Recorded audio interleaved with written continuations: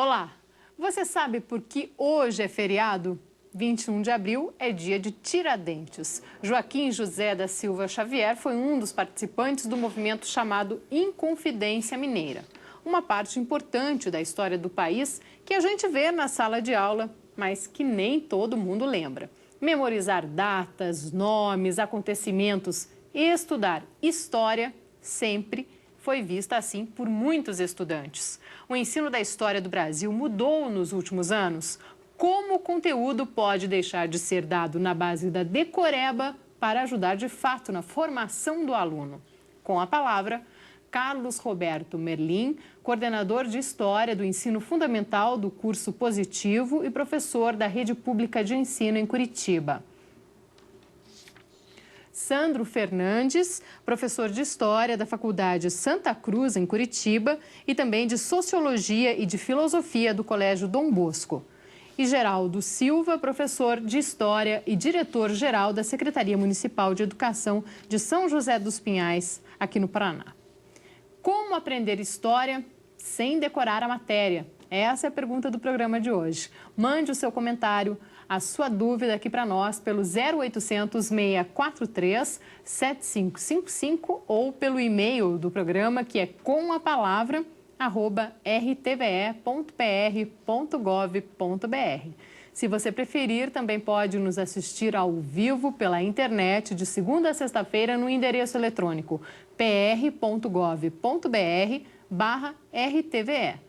Ou acompanhar a programação da Paraná Educativa pelo canal 115 da Sky. Nós estamos esperando a sua participação. Olá, sejam bem-vindos. Muito obrigada por virem aqui participar do programa nesse feriado. E aproveitando que é feriado, explicar um pouquinho, muita gente pode não lembrar da sala de aula. Quem foi Tiradentes? Foi, de fato, esse herói que muita gente aprendeu na escola? Vou começar com você, professor. Olha, a visão que se tem a respeito do Tiradentes, ela foi mudando ao longo do tempo, né? O Tiradentes morreu, né, foi esquartejado por ter assumido integralmente um movimento de rebeldia, o movimento da Inconfidência Mineira, um movimento que preconizava a independência e a república, e ele assumiu integralmente a culpa, e por isso morreu. Aí foi dado como infame durante o primeiro e segundo reinado. Ele foi, portanto, esquecido, colocado na obscuridade, porque não interessava um projeto político da época. Ele é resgatado com os republicanos, só que os republicanos não vão fazer um resgate fiel à pessoa do Tiradentes. Vão fazer, na verdade, criar todo um clima místico, um clima de herói. Ele vai ser representado artisticamente nos mesmos traços que Jesus Cristo, né, nos quadros, é isso que vai ser visto, como aquele que queria a liberdade do povo, aquele que queria transformar a realidade social. Aí se exagera profundamente na figura de Tiradentes, transformando num santo, num mito, num mais que herói.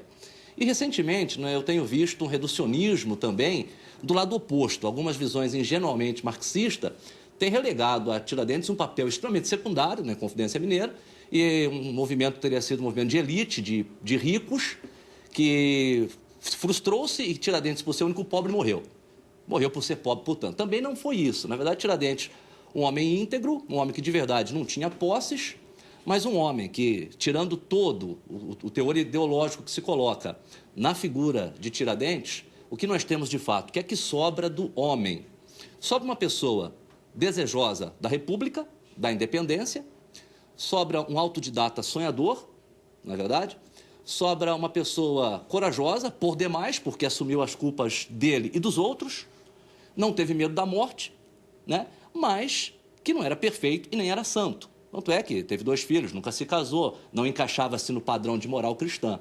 Então, um homem comum, mas com brio, com valores que merecem ser destacados, né? Então, na minha visão, precisa ser resgatado e trabalhado em sala de aula o Tiradentes real, né, até onde a historiografia nos permite afirmar, e o Tiradentes construído pelos republicanos e destruído, muitas vezes, pelos marxistas. Então, eu acho que a busca do verdadeiro Tiradentes é sempre um trabalho que não precisa ser só na academia. Acho que em sala de aula também merece ser debatido. Agora, por que houve a necessidade de se criar essa figura de herói? Penso que, talvez por uma tradição, né, positivista, nesse caso, Na República, a construção dessa imagem, a República Brasileira, tem que lembrar da ordem e progresso, nossa bandeira lá, extremamente positivista, então ela constrói uma imagem de um herói que tem toda a tradição aí de luta contra a opressão, nesse caso da monarquia, justifica então a transição. Né? Eu uso para ilustrar essa ideia, aqui em Curitiba tem um fato muito interessante, que é o fato da nossa Praça Tiradentes, antes, na época da monarquia, ela era a Praça Dom Pedro II. Então, se vocês forem na Praça Tiradentes, eu acho que é muito legal, as pessoas não olham muito, ela está mais bonita agora, inclusive, olhar e lá e ver a Praça Tiradentes, ela foi um marco dessa transição republicana. Aliás, algo muito utilizado, né? Assim, colocar um símbolo, um marco, para como a Rua 15 era a Rua da Imperatriz. Ou a Getúlio Vargas, que mudou de nome, passou para desculpa, a Visconde Guarapova, que mudou Getúlio Vargas, depois voltou, etc. Como uma questão política para dar uma ajeitadinha assim na ideia, né? Na mentalidade. Porque por muito tempo o ensino da história, nessa questão do Tiradentes, só para a gente citar como exemplo, eu quando aprendi, e isso não faz muito tempo, vamos supor na década de 80, se ensinava como essa figura do herói, não se dizia outra versão. É que a ideia do herói, na verdade, tem, como disse o Sandro, quer dizer, tem uma construção, né? E ele precisa representar algo, né? A República precisava de alguma figura que a representasse como um caminho para a redenção do povo, não é isso? E ela não tinha isso, ela não tinha essa identidade popular. Então, o Tiradentes pôde ser resgatado nessa perspectiva. E durante muito tempo, quer dizer, a historiografia trabalhou um pouco no reforço desta imagem.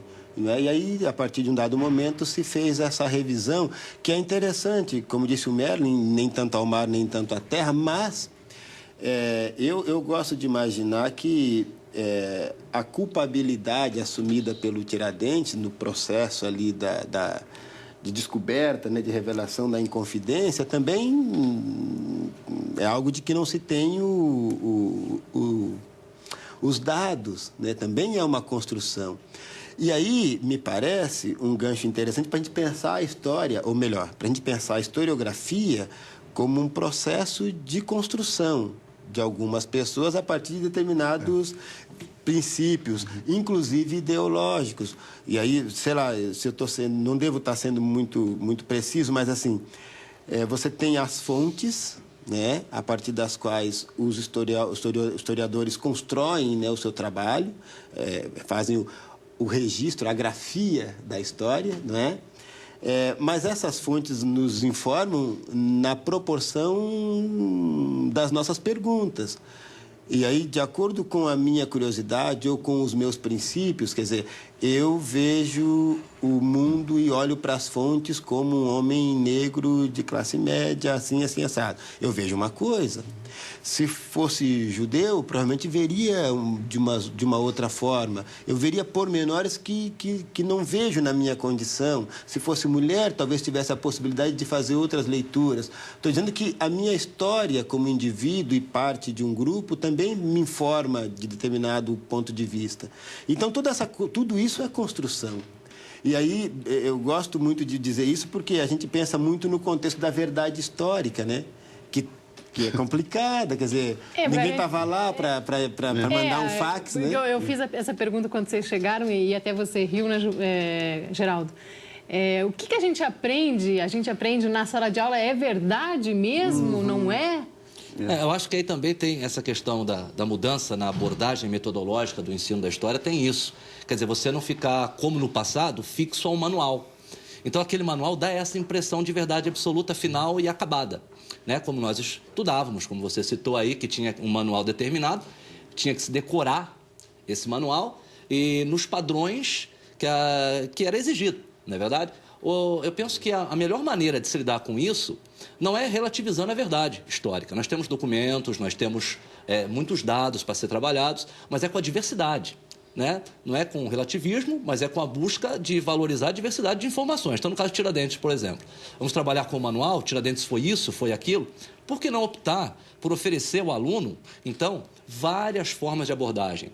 O que é que vários autores de relevância têm dito a respeito?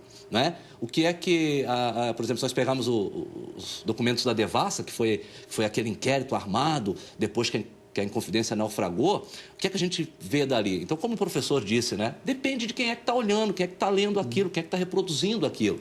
Mas, então, vamos oferecer para o aluno essas possibilidades de ver, então, vários olhares.